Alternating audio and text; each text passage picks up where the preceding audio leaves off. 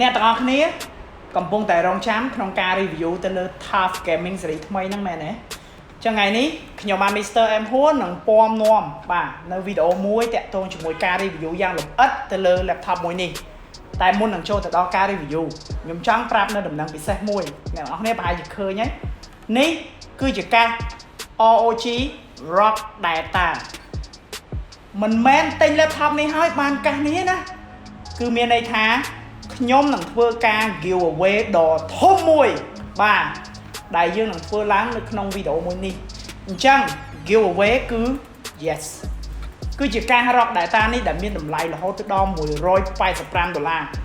អូខេឥឡូវយើងចូលមកដល់លក្ខខណ្ឌក្នុងការចូលរួមលេងហ្គេមដើម្បីទទួលបានកាសមួយនេះអញ្ចឹងលក្ខខណ្ឌគឺលើកនេះមានដល់ទៅ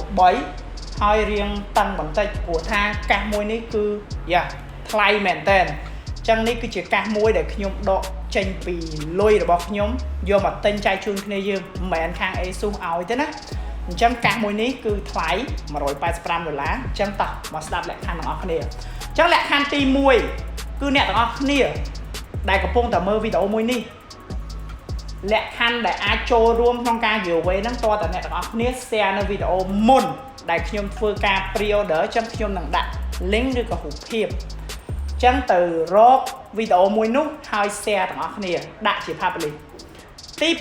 2អ្នកទាំងអស់គ្នាត្រូវតែ like page ទាំង3របស់ខាង VTech ចឹង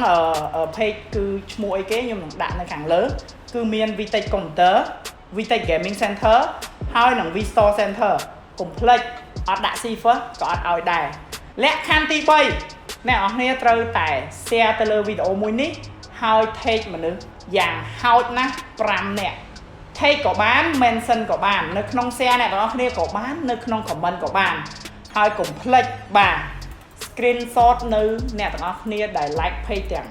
3 comment នៅខាងក្រោមអញ្ចឹងអ្នកទាំងអស់គ្នានឹងមានឱកាសក្នុងការឈ្នះទៅលើ Rock Data headset មួយនេះហើយយើងនឹងធ្វើការចាប់រង្វាន់នៅខែក្រោយដើមខែឬក៏ខែហ្នឹងចុងខែអូខេអញ្ចឹងចូលរួមទាំងអស់គ្នាដើម្បីទទួលបានកាសមួយនេះដូចអ្នកទាំងអស់គ្នាដឹងហើយថា TUF គឺជា gaming laptop មួយក្នុងចំណោម gaming laptop ដទៃទៀតរបស់ក្រុមហ៊ុន ASUS ហើយវាក៏ទទួលបានការគាំទ្រច្រើនគួរសមពីសំណាក់អ្នកប្រើប្រាស់ក៏ដោយសារវាមានតម្លៃសមរម្យជាមួយនឹងកម្លាំងខ្លាំងល្មមអាចឲ្យយើងបំពេញការងារផ្សេងៗបានយ៉ាងល្អពីមួយឆ្នាំទៅមួយឆ្នាំខ្ញុំសង្កេតឃើញថា TUF មិនសូវជាមានការកែប្រែច្រើននោះទេ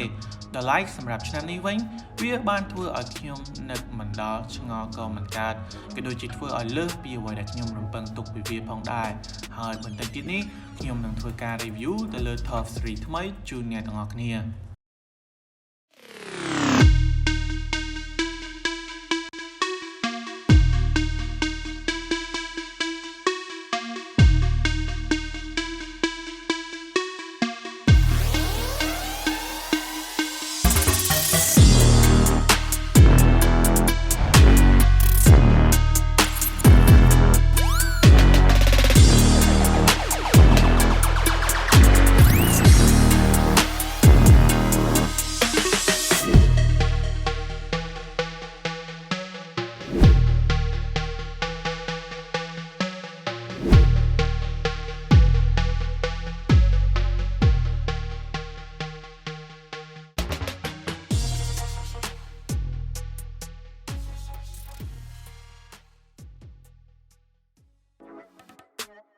សម្រាប់ TUF Series ថ្មីមួយនេះវាមានលេខ model FA706IU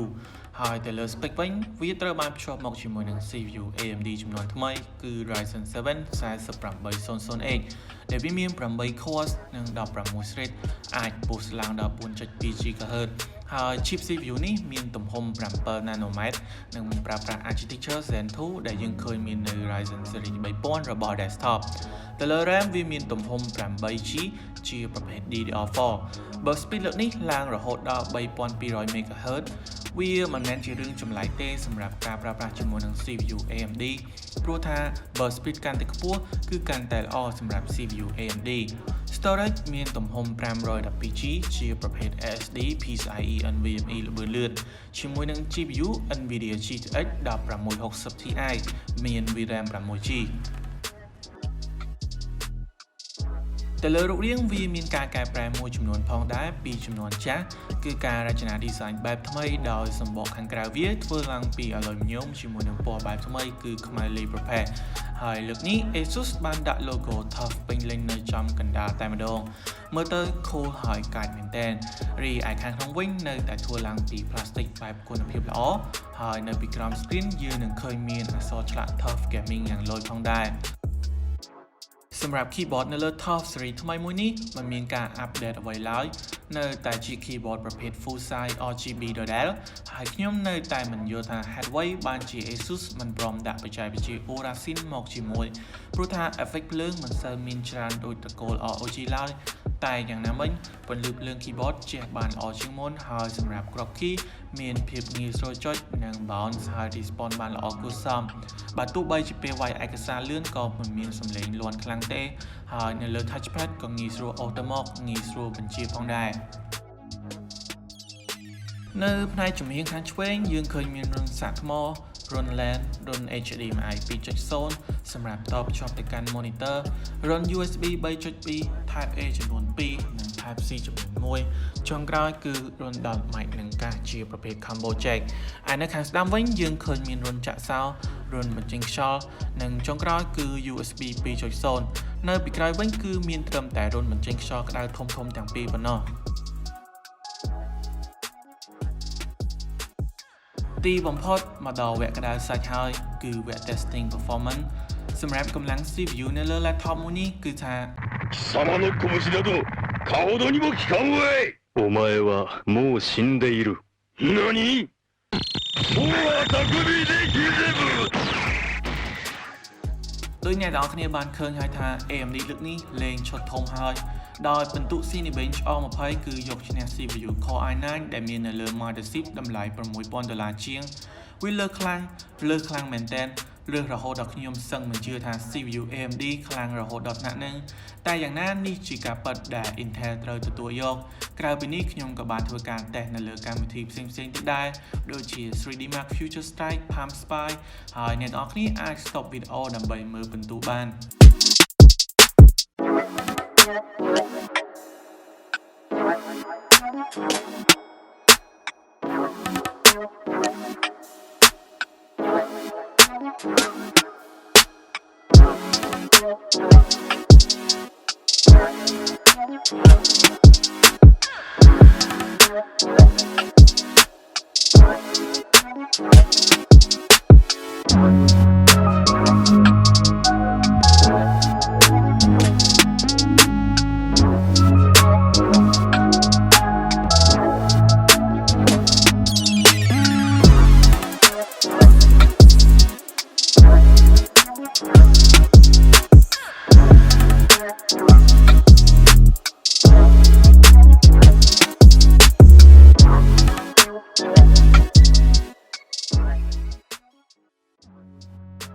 CPU ខ្លាំងស្មើ Core i9 អញ្ចឹងចុះទៅលើរឿងកម្ដៅយ៉ាងម៉េចវិញពីម៉ាត់យ៉ាងខ្លីគឺថាកំព្រួយព្រោះថា ASUS បាន design airflow ជាទម្រង់អក្សរ V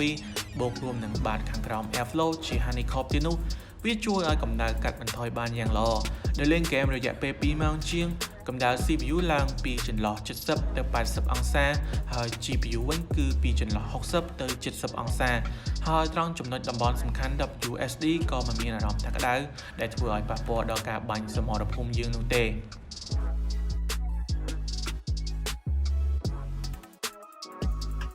screen នៅលើ laptop មួយនេះមានទំហំ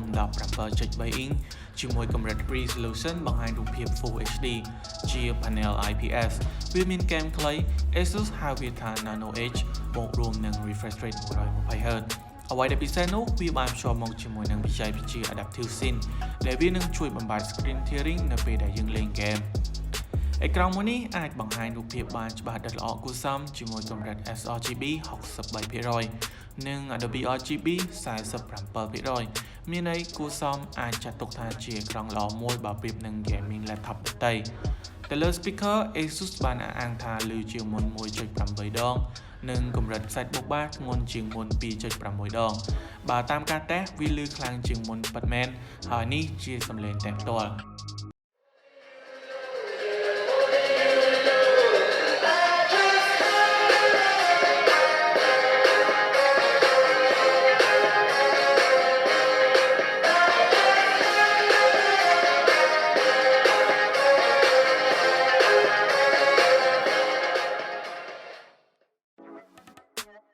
ចំណែកថ្មនៅលើ top flip នេះគឺថាជា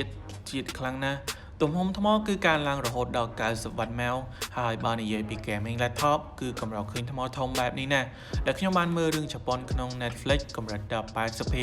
ជាមួយកម្រិតពន្លឺ 50% និងបិទភ្លើង RGB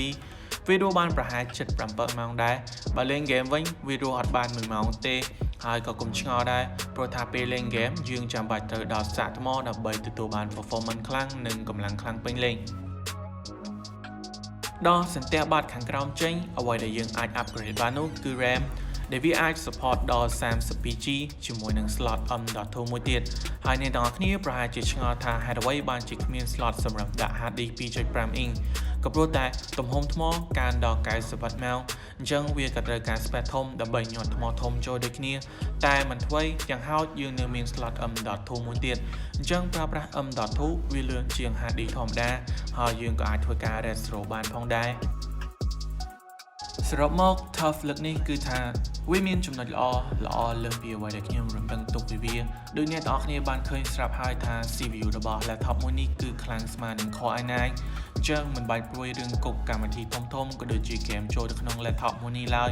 អ្វីដែលគួរឲ្យសរសើរទៀតនោះគឺថ្មទំហំ90 វ៉ាត់ម៉ោងវាអាចស៊ូជាមួយនឹងការងារតូចៗដូចជា check mail ឬមើល YouTube ក៏ដូចជា web browsing បានមួយថ្ងៃយ៉ាងស្រួលយ៉ាងណាមិញវាក៏នៅមានចំណុចខ្វះខាតមួយចំនួនផងដែរដូចជាពេលខ្ញុំយកវាមកប្រើប្រាស់ដំបូងវានៅមានបញ្ហា flicker ពេលចាក់វីដេអូ YouTube កម្រិត 1080p និងពេលខ្លះ touchpad មានភាពក្រិចតាក់តែបញ្ហាទាំងអស់នេះយើងអាចដោះស្រាយបានមិនធ្វើឲ្យយើងឈឺក្បាលនោះទេដោយគ្រាន់តែ update driver AMD វានឹង fix រាល់បញ្ហាទាំងអស់នោះបើអ្នកទាំងអស់គ្នាសួរខ្ញុំថាគួរតែទិញ TUF មួយនេះយកមកប្រើប្រាស់ឬអត់